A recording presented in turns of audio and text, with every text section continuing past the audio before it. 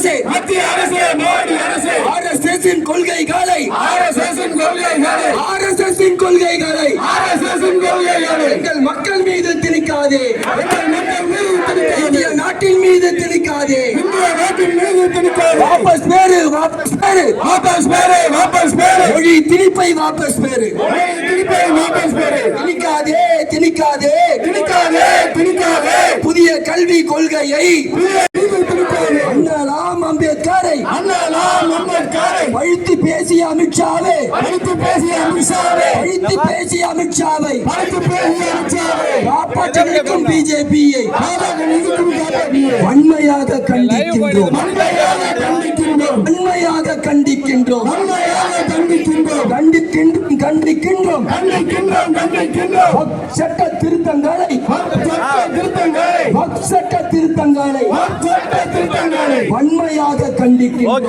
வன்மையாக கண்டிக்கின்றோம். வாபஸ் பேரு, வாபஸ் பேரு, வாபஸ் பேரு, வாபஸ் பேரு, வக்ஃப் சட்ட திருத்தத்தை சட்ட திருத்தத்தை மோடி அரசே வாபஸ் பேரு, மோடி அரசே வாபஸ் பேரு, பறிக்காதே, பறிக்காதே, பறிக்காதே, பறிக்காதே, இஸ்லாமியர்களின் சொத்துக்களை இஸ்லாமியர்களின் சொத்துக்களை கருப்பு சட்டத்தால் பறிக்காதே, கருப்பு சட்டத்தில் பறிக்காதே.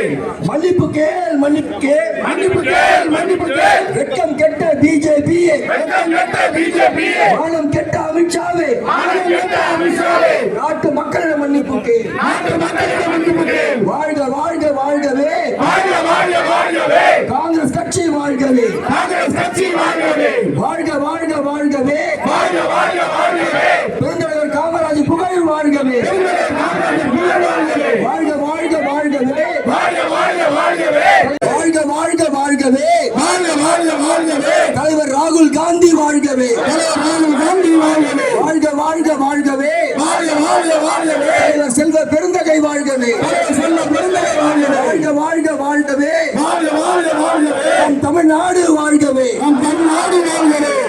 மாதவ பெருமாள் கோவிலை தரிசிப்பதற்காக செல்லுகிறார். தமிழ்நாட்டில் உள்ள மாதவ பெருமாள் கோவில், மயிலாப்பூரில் இருக்கின்ற மாதவ பெருமாள் அமித்ஷா அவர்களுக்கு அறிவுரை வழங்க இருக்கிறார். மோடியிடம் சொல்லுங்கள், தமிழ்நாட்டிற்கு துரோகம் செய்யாதீர்கள், தமிழ்நாட்டு மக்களுக்கு வஞ்சகம் செய்யாதீர்கள் என்று பெருமாள் இப்பொழுது அறிவுரை செய்ய போகிறார். மாதவ பெருமாள், இந்த மாதவ பெருமாள் சொல்லுகின்ற உபதேசத்தை ஏற்று அமித்ஷா அவர்கள் மோடியிடம் சென்று மாதவ பெருமாள் மயிலாப்பூரில் சொல்லியிருக்கிறார், தமிழ்நாட்டு மக்களுக்கு துரோகம் செய்யக்கூடாது, தமிழ்நாட்டில் படிக்கின்ற பள்ளி கல்வியில பயின்ற மாணவ மாணவிகளுக்கு துரோகம் செய்யக்கூடாது, தமிழ்நாட்டு மக்களுக்கு செலுத்த வேண்டிய நிலுவைத் தொகையை விடுவிக்க வேண்டும், வக்ஃபு வாரிய சட்ட திருத்தம் தவறு என்று பெருமாள் சொல்லியிருக்கிறார். ஏனென்றால் ஸ்ரீரங்கத்திலே பெருமாள் பக்கத்தில குலுக்கநாச்சியார் அமர்ந்திருக்கிறார். குலுக்கநாச்சியார் இல்லாமல் ஸ்ரீரங்கத்திலே பெருமாள் இல்லை என்ற வரலாறு இருக்கிறது.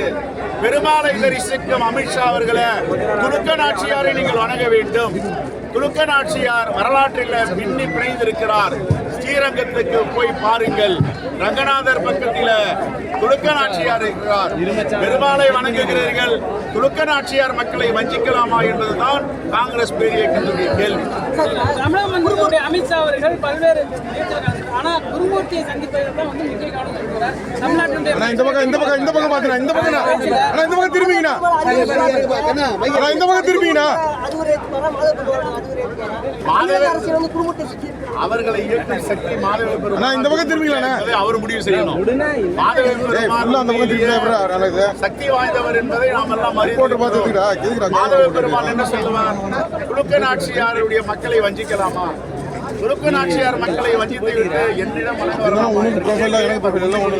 கேட்பார். இதற்கு அமித்ஷா பதில் சொல்ல வேண்டும்.